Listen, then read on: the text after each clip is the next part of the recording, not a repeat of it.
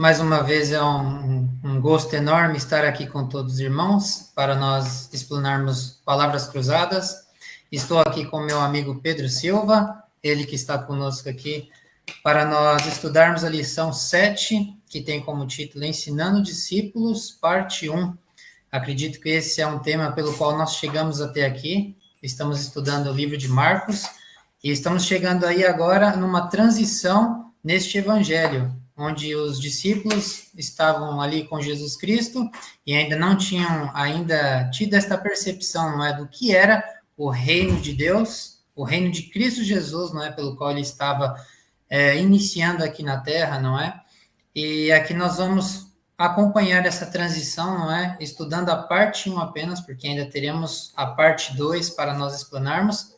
E gostaria de iniciar aqui com o verso áureo, que diz assim: E chamando a si a multidão com os seus discípulos, disse-lhes: Se alguém quiser vir após mim, negue-se a si mesmo e tome a sua cruz e siga-me. Marcos, capítulo 8, versículo 34. Para nós iniciarmos, gostaria de pedir para o Pedro fazer uma oração para nós neste momento. Ok, oremos então. Querido amigo Jesus, bom Pai que estás nos céus, graças te damos pelo teu amor, pelo teu plano de resgate e pelo teu amor na cruz por cada um de nós, Senhor. Obrigado porque tu és maravilhoso, porque tu nos queres dar coisas boas e porque temos a tua palavra para fortalecer a nossa fé nas tuas promessas. Ajuda-nos no estudo da mesma, são as graças que te suplicamos em nome de Jesus. Amém. Amém. Bom, Pedro, como nós já iniciamos aqui, não é? Acredito eu que este foi um verso áureo para mim que foi muito duro quando nós lembramos, não é, essas palavras de Cristo Jesus, justamente falando direto ali para os discípulos. Eu me coloco na posição como se fosse para mim também, nos dias ali andando com Cristo Jesus, não é? Quando Cristo Jesus diz que se alguém quiser ir após ele, negue-se a si mesmo, tome a sua cruz e siga-o, não é? Aqui, Pedro, quando nós tocamos neste assunto, a gente vê que muitas vezes quando nós olhamos para a nossa vida, ao estudarmos a lição justamente aqui no episódio de sábado, o quanto nós estamos dispostos, não é? Não a ganharmos. Muitas das vezes, quando nós pensamos no reino de Deus, a gente imagina, eu vou ganhar muitas bênçãos, eu vou ser abençoado, eu vou receber coisas todos os dias, não é? Mas a gente ainda não entende que o início da caminhada cristã, principalmente quando nós conhecemos a Cristo Jesus desde a primeira vez, quando nós conseguimos lembrar, eu mesmo lembro, acho que você também lembra, né, Pedro? Do primeiro dia em que nós ouvimos falar do reino de Deus, sobre a Bíblia, sobre os ensinamentos, a gente sabe que não é o ganhar, e sim o quanto nós iremos perder, não é, Pedro? Comenta um pouquinho aí como foi a sua experiência na sua vida e o que nós podemos trazer para a lição desta semana. Bem, a minha experiência, felizmente para mim, ou infelizmente, não consigo dizer bem, eu nasci num lar adventista e, portanto, a última lição tinha uma pergunta que ainda hoje me está aqui a moer na cabeça, que era de que é que Cristo te salvou? De onde é que tu te sentiste liberto quando te entregaste a Cristo? E na verdade sou um privilegiado porque nunca tive uma experiência de grande dificuldade, digamos assim, quer material, quer física, quer espiritual.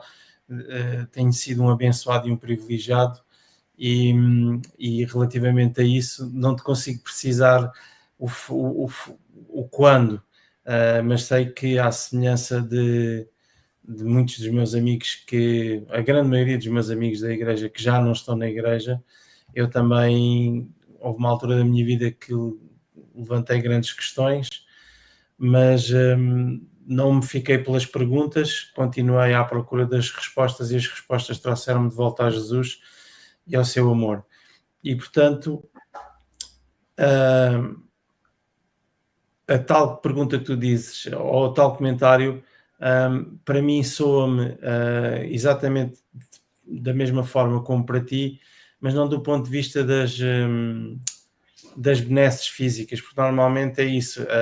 E os discípulos aqui tinham uma agenda que era um bocadinho política, estavam à procura de alguém que os libertasse do jugo romano, que era um bocadinho financeira também. Perceberam que tínhamos aqui um homem que ressuscitava mortos, que multiplicava comida, que podia liderar um exército e era invencível porque tinha comida sempre e tinham sempre soldados ressuscitados, e que, portanto, havia esta ideia que vem da lição passada, que era uma ideia um bocadinho de prosperidade nesta terra, vamos dizer assim. E do meu ponto de vista, essa ideia é um bocadinho da prosperidade, ou digamos assim, da proteção. Muitas das vezes damos por adquiridas as bênçãos de Deus. Chegamos às vezes ao sábado, lá fazemos um exercício porque temos mais tempo e começamos a contar as bênçãos que Deus nos dê. Eu espero que haja esse exercício pelo menos aos sábados, e de facto damos tudo como adquirido e pensamos que pronto, desde que somos cristãos, isto agora vai ser sempre assim um mar de rosas, e que não vamos ter stresses nas nossas vidas, não vamos ter preocupações, quando na verdade é um processo. Para mim, a parte mais difícil desta frase de Jesus é o nega-te a ti mesmo, nem tanto o toma a sua cruz, porque eu não sei o que é. Até agora Deus tem sido de uma graça extraordinária comigo e nunca tive que passar nem pouco, mais ou menos, pelas tribulações do que muitos dos meus irmãos. Mas a parte difícil aqui é o negar-me a mim mesmo, é negar os planos que eu faço para a minha vida espiritual. Pedro, você tocou num ponto muito importante. Eu acho que a gente já pode pegar esse gancho aí para nós entrarmos já para a lição de domingo. A gente lembra aqui muito bem do episódio aí no capítulo 8, no versículo 22, a cura de um cego em Betsaida, não é? Nós vemos ali que Cristo Jesus, ele já começa a agir de uma maneira diferente. Às vezes a gente se questiona, não é? Nós que estamos estudando, estamos iniciando, conhecendo um pouquinho mais sobre esse livro poderoso de Marcos, que exemplifica detalhadamente os milagres que Cristo Jesus operou, que é diferentemente de Mateus e de Lucas, não é? Ele vai toca ao ponto ali. Aí a pergunta que fica para nós, por que foi necessário, né, Pedro? 2 toques de Cristo Jesus para que aquele homem fosse curado. Você falou aqui justamente sobre a sua vida, Pedro. Eu acho que a nossa vida, se a gente for fazer uma linha do tempo ali, não é? São vários processos que existem na nossa vida para que nós possamos alcançar, entender alguma coisa na nossa vida. Às vezes a gente pensa, assim como os discípulos também pensavam na altura. Tu disseste ainda um bocado sobre a multiplicação dos peixes, dos pães, tudo era o quê, né, Pedro? Era logo, acontecia logo, era a situação ali, a cena que estava acontecendo ali naquele momento, e algo se concretizava ali, os discípulos ficaram maravilhados com aquilo, como tu disseste, né?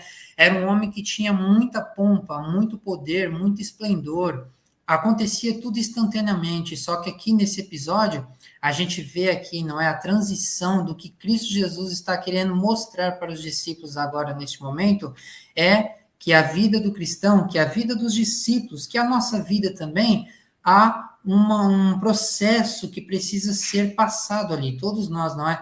Pedro, comenta um pouquinho para a gente sobre esse processo, como que é na vida do cristão, não é? Por que muitas das vezes a gente tem que esperar um pouquinho esses milagres, ele não vem de uma vez, não é? Ele vai vindo aos poucos, até se concretizar por completo nas nossas vidas. O meu entendimento da lição de domingo, como estavas a falar, e um bocadinho já ligar com a de segunda, que também tem a ver com esse custo do discipulado que já falámos logo no início, que é tomar a nossa cruz e negar-nos a nós próprios, e é feita deste equilíbrio, ou deste ciclo virtuoso, que é nós todos os dias temos que nos negar a nós mesmos para conseguir ver com clareza. A lição é interessante porque às vezes o estudo da lição é interessante porque às vezes faz-nos pensar de histórias e de parábolas que já lemos muitas vezes, mas de determinados pontos. E aqui esta coisa dos 2 toques é engraçado porque se o cego tivesse ficado contente com a visão, ainda que não total, mas pronto, já havia as coisas desfocadas, conseguia distinguir as pessoas e as formas, como ele disse, ele jamais perceberia o que era de facto a beleza das coisas com todo com o detalhe, as cores, os detalhes, todas as pequenas, por exemplo, de uma flor, os detalhes de uma flor, e nós muitas das vezes, infelizmente, vamos a Jesus com um problema, e quando Jesus está a operar na nossa vida, nós, já está, ok, seguimos para o próximo e não deixamos que Cristo continue o seu trabalho em nós e perdemos o melhor. O melhor está sempre no fim. E vivemos ansiosos numa correria. E isto também, o facto de Jesus trabalhar num processo e de não apressar as coisas, já tínhamos visto isso a semana passada outra vez, em que aquele pai desesperado, bora, vamos lá salvar a minha filha, e Jesus foi tomando o seu tempo e tudo mais. É também para que nós entendamos, Jesus quer que nós entendamos que as coisas de Deus têm o seu tempo. O reino de Deus não é deste mundo, e se o reino de Deus não é deste mundo, não está balizado dentro das 24 horas ou dos nossos 80 ou 100 anos de vida que nós temos.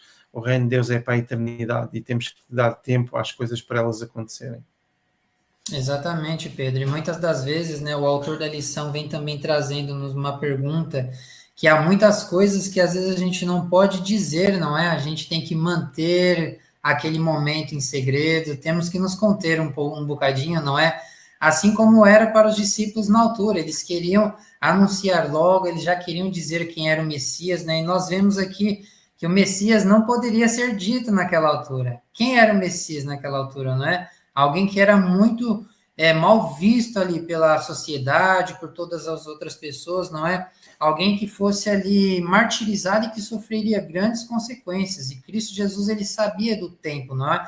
Ainda não era o tempo, eles ainda precisavam ter uma percepção maior, eles precisavam ver muitas coisas que ainda decorreriam aqui nos versículos que se seguem, não é? Nos capítulos. Nós que somos os leitores da história, não é? Esse é um fato muito importante, né? Nós que lemos esses evangelhos, nós conseguimos ter uma percepção bem enorme, gigantesca, algo que os discípulos não tinham na altura, né, Pedro? Eles não sabiam o que iria acontecer, eles não poderiam imaginar o que se sucederia a partir daquilo. Pode dizer, Pedro.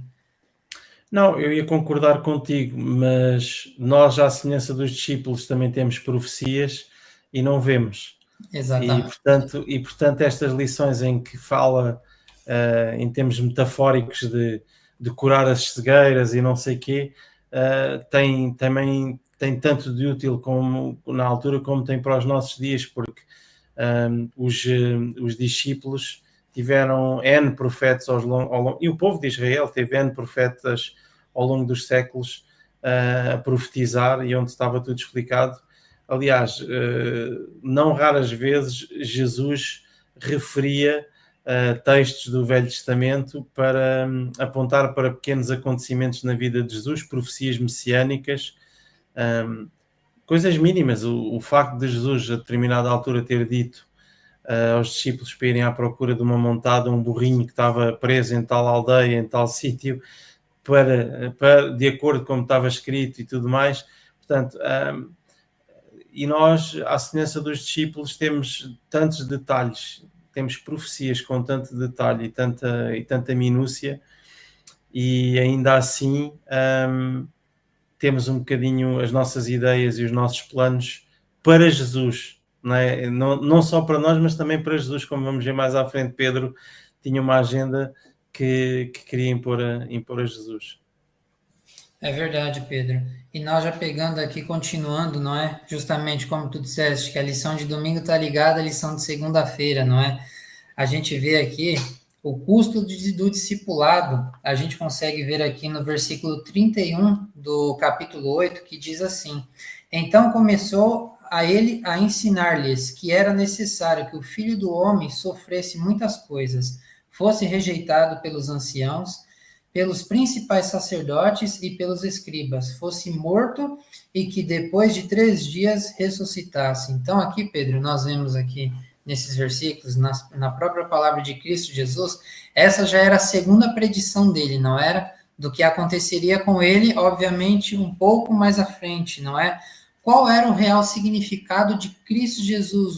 Qual era a missão dele aqui na Terra, não é? Algo que os discípulos ainda não haviam percebido muito bem, não é? E a gente sabe, né, Pedro, aqui na nossa vida aqui na Terra, tudo tem um custo, não é?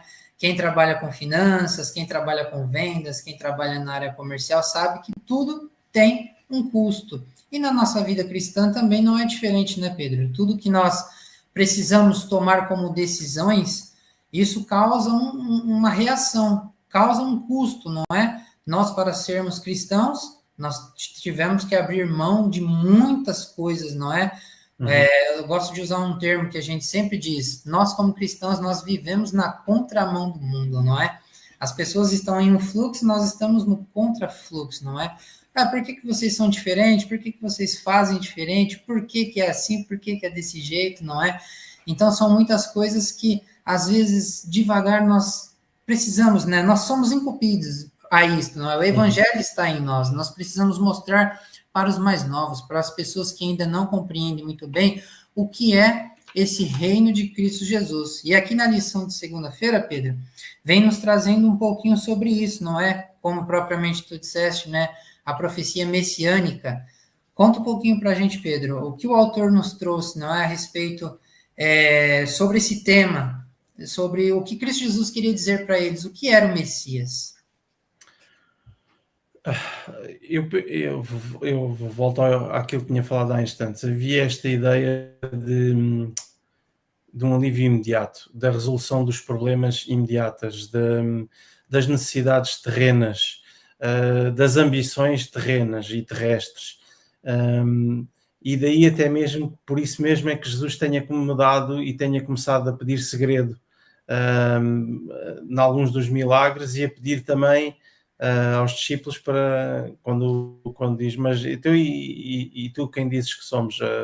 Mais à frente vamos ver isso. E vocês quem dizem que eu sou? Ele diz, és o Messias. E Jesus diz, calem-se, não comentem isso, não falem disso. Portanto, porque Jesus viu que a leitura que estava a ser feita do ministério dele era completamente errada, porque as pessoas estavam a ver nele uma solução para os problemas terrenos.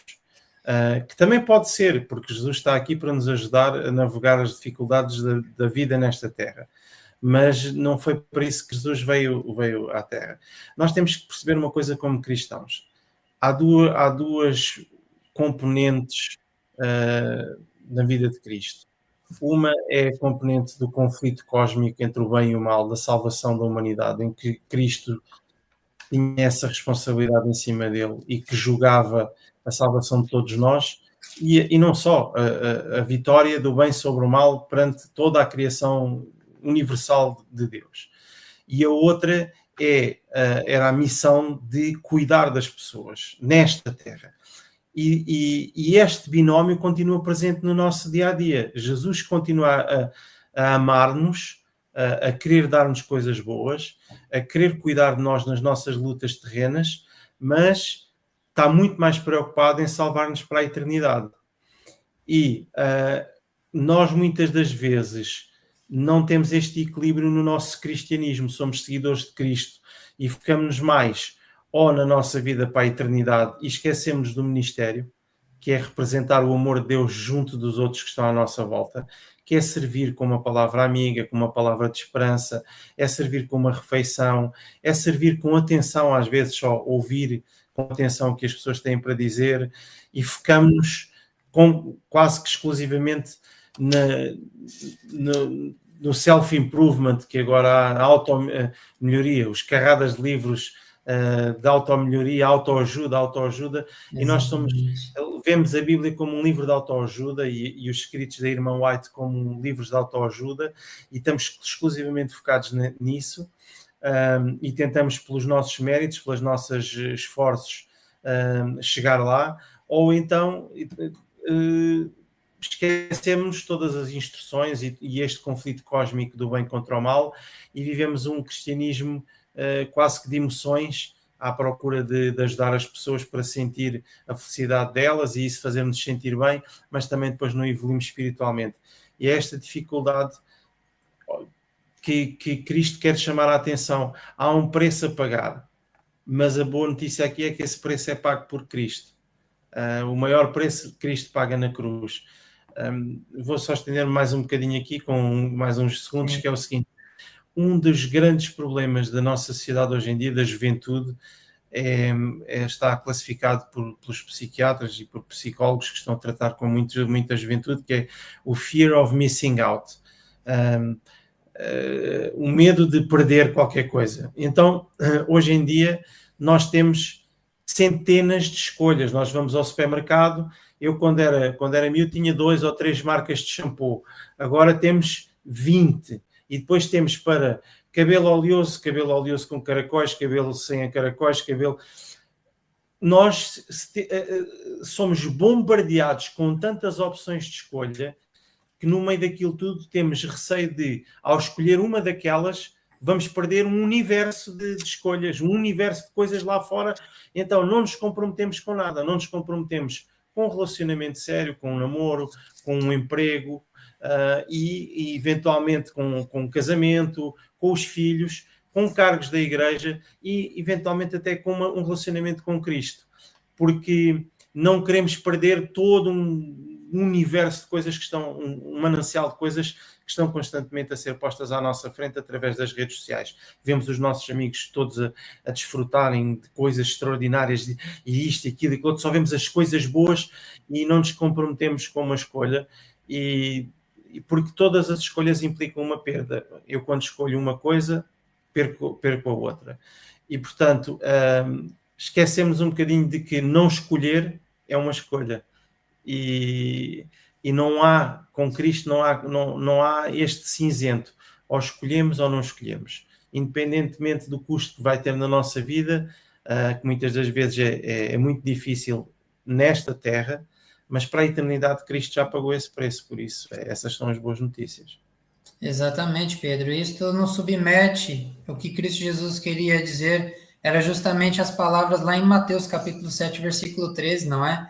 Que Cristo fala justamente sobre os 2 caminhos. Só há 2 caminhos, né, Pedro? Não há outro. Não há, como tu disseste aí, quando vamos ao supermercado, nós temos 20, 30, 40 opções para nós podermos escolher. Não, Cristo Jesus estava a ser objetivo.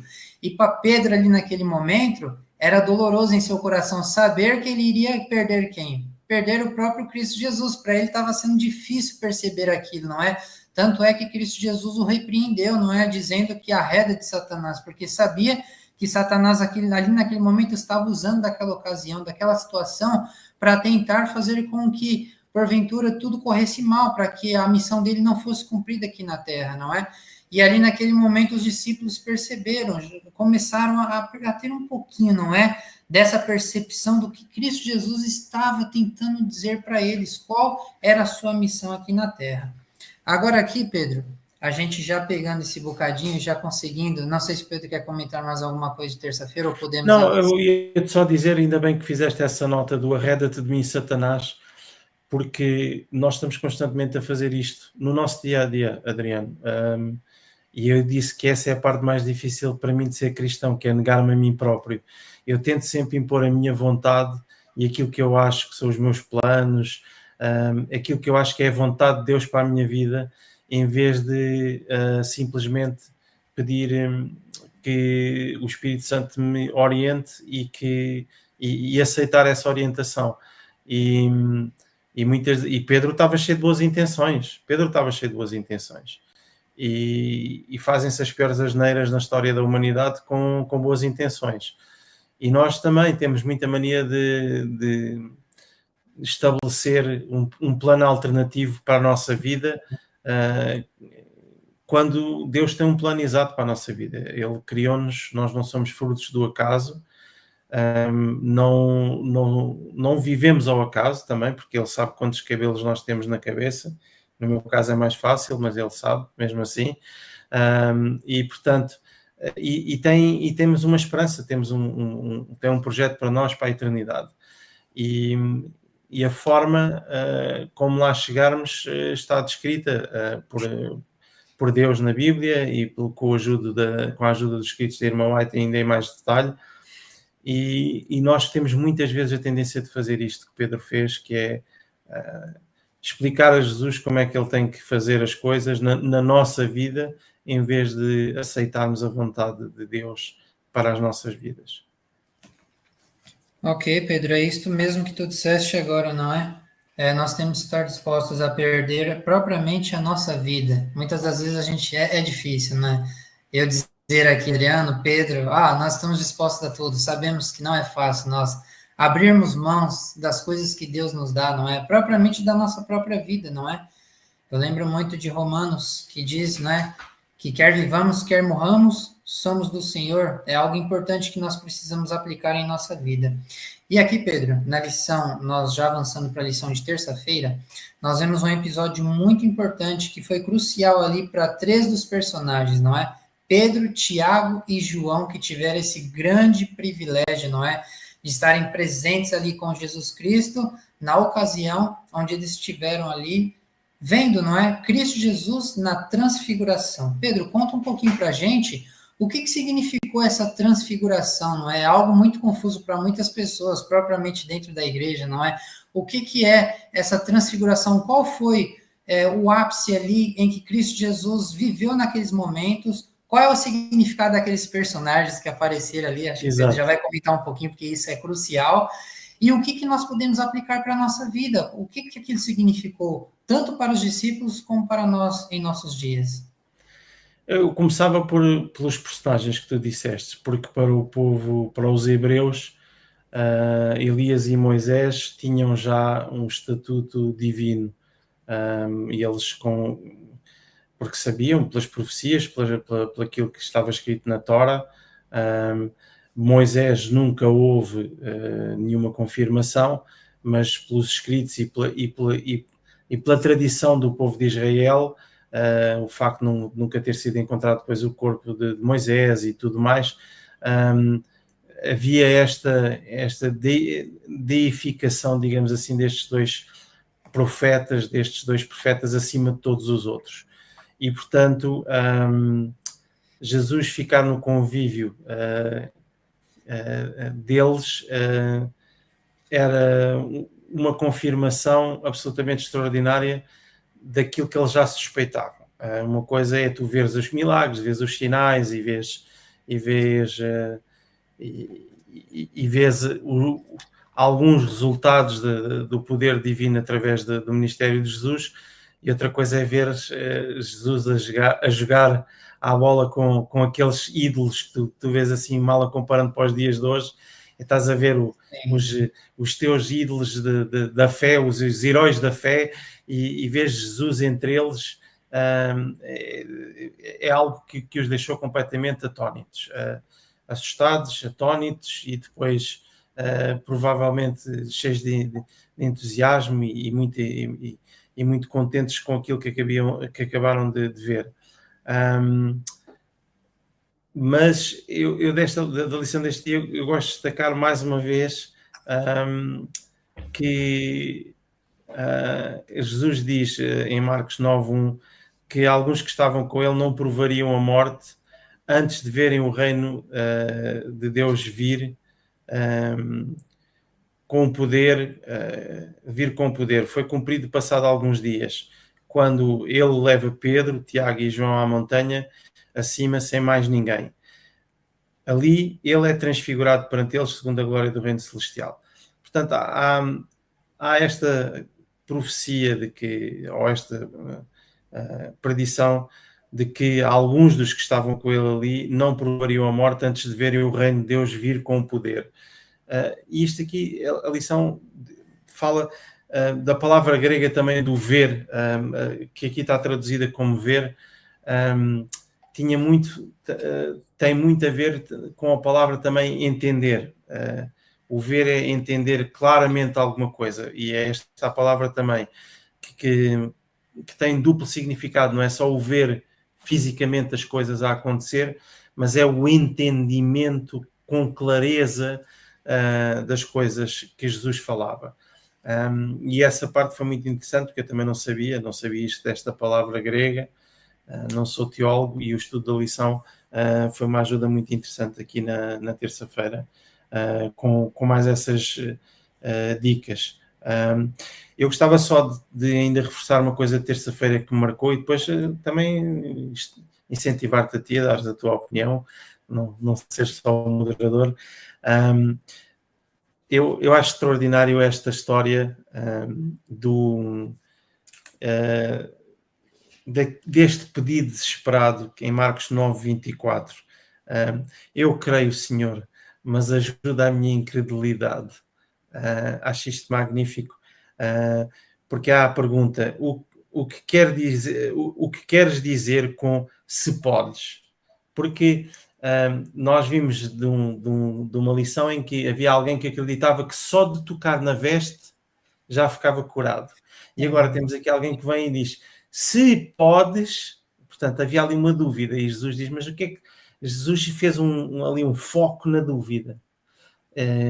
E muitas das vezes Jesus quer que a gente se foque nas nossas dúvidas.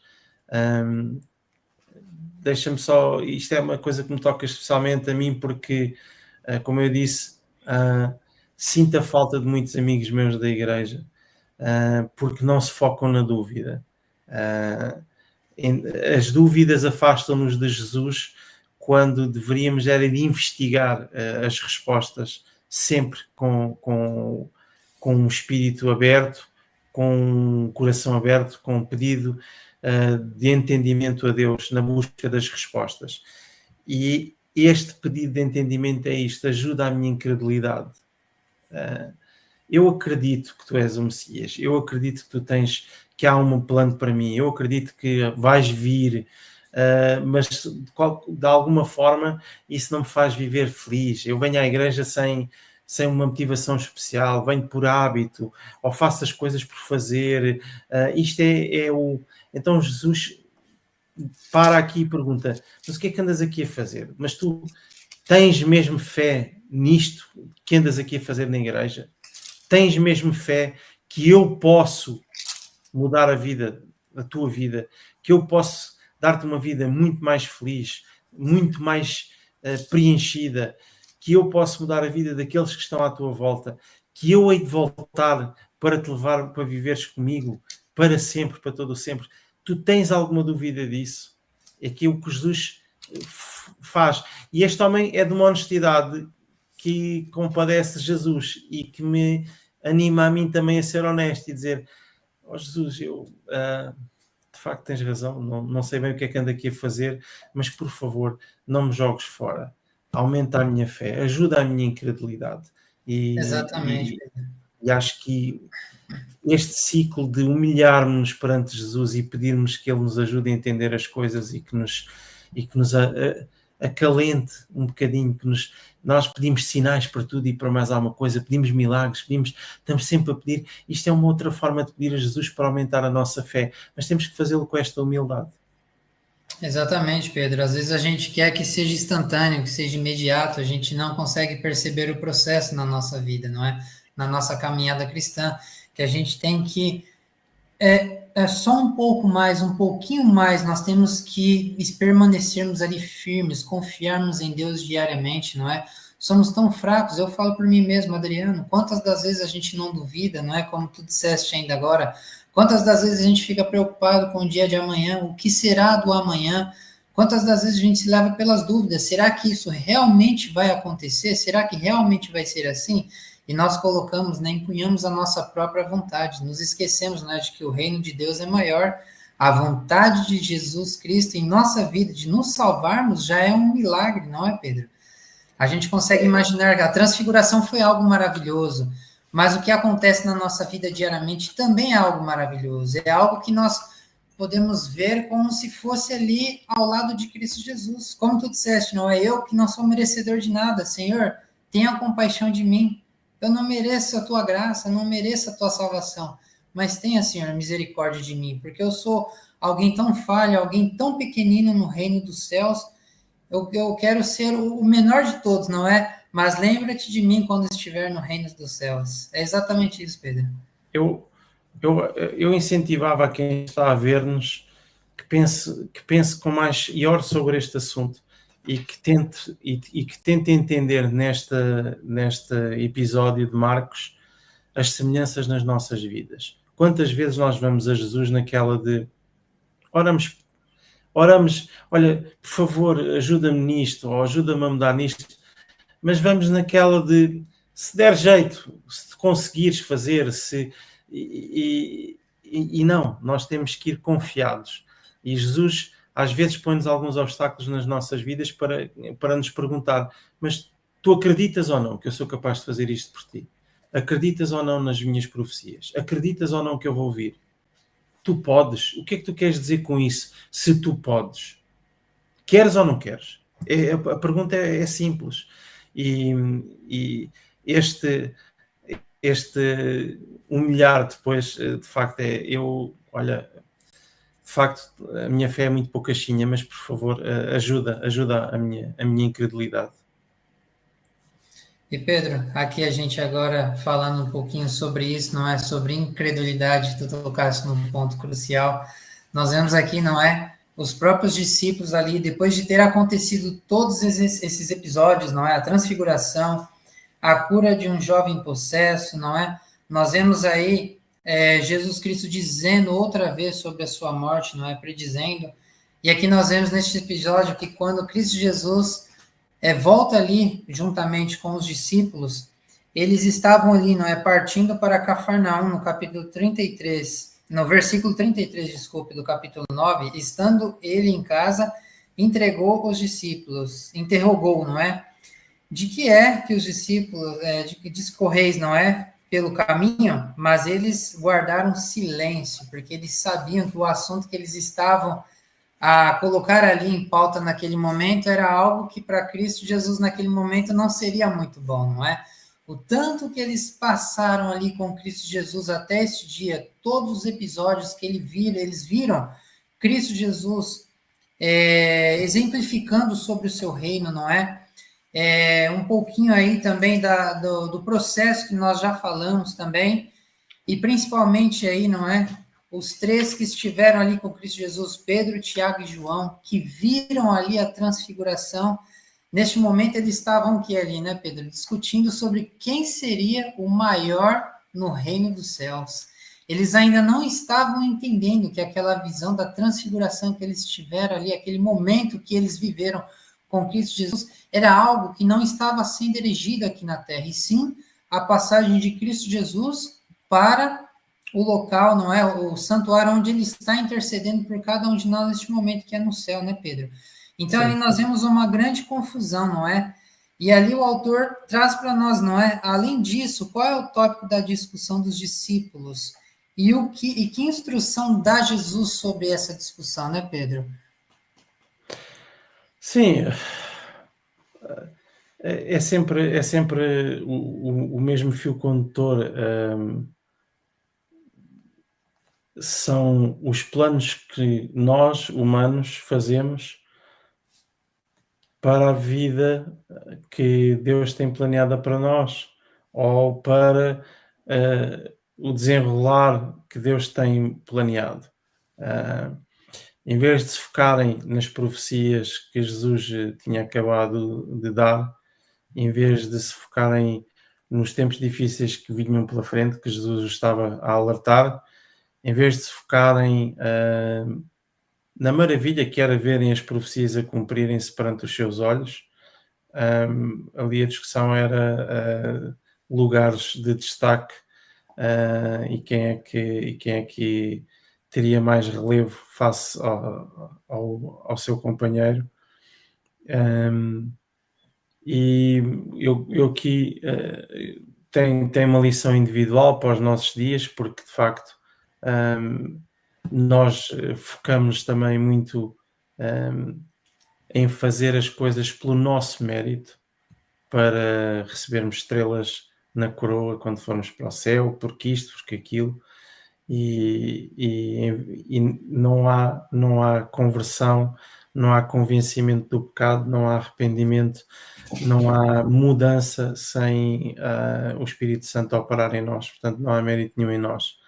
Mas mais importante que isso, eu aqui gostava de deixar uma mensagem para os meus irmãos da igreja, não só no Barreiro, mas na igreja a nível mundial, porque eu por defeito de profissão já viajei mundo, já frequentei igrejas adventistas em todos os continentes, não, na América do Sul ainda não, mas Há uma e grande sou, e, e oportunidade. sou, e sou um imigrante, e infelizmente nós estamos a dividir-nos em discussões tolas, em discussões que não agregam e não aportam valor ao ministério que nos é pedido para fazer.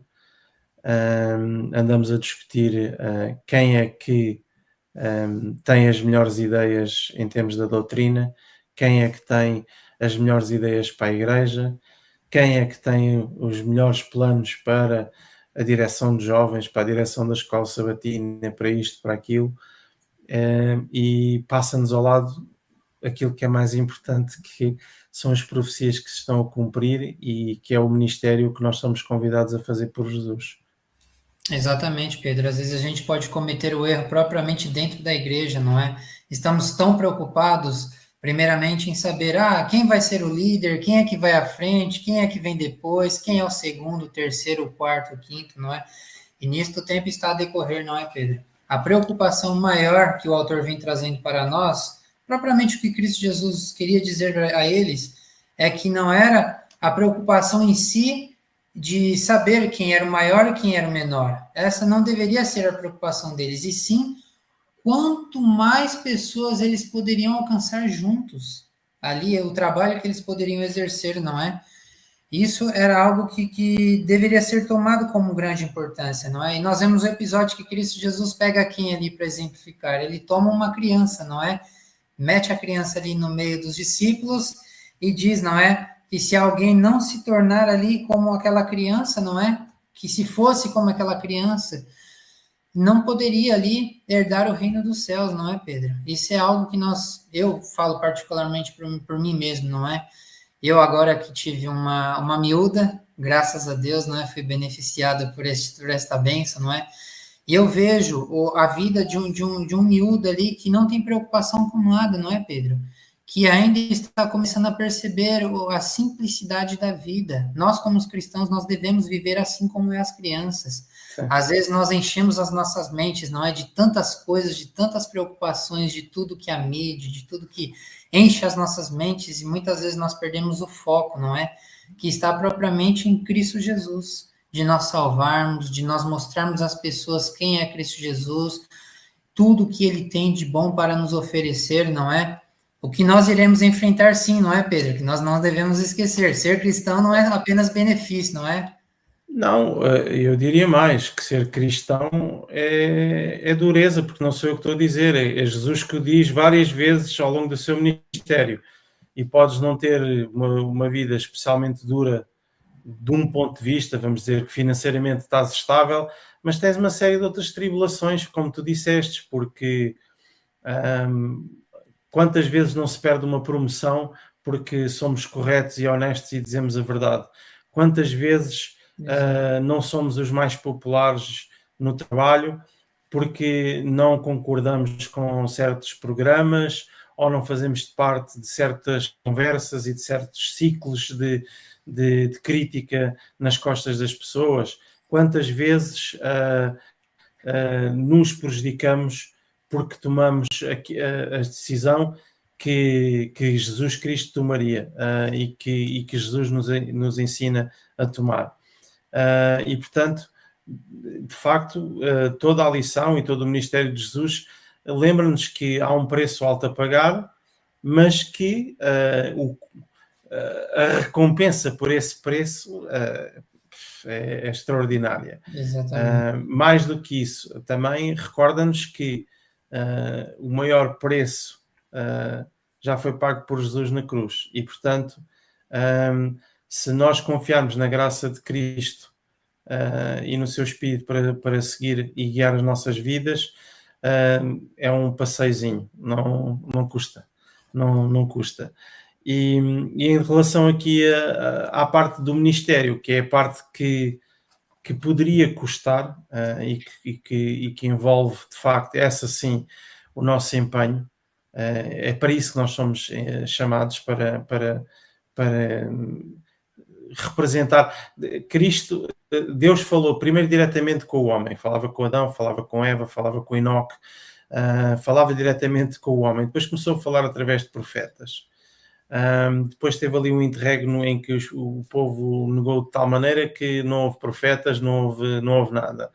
E finalmente mandou o filho dele para falar e agora resta-lhe nós.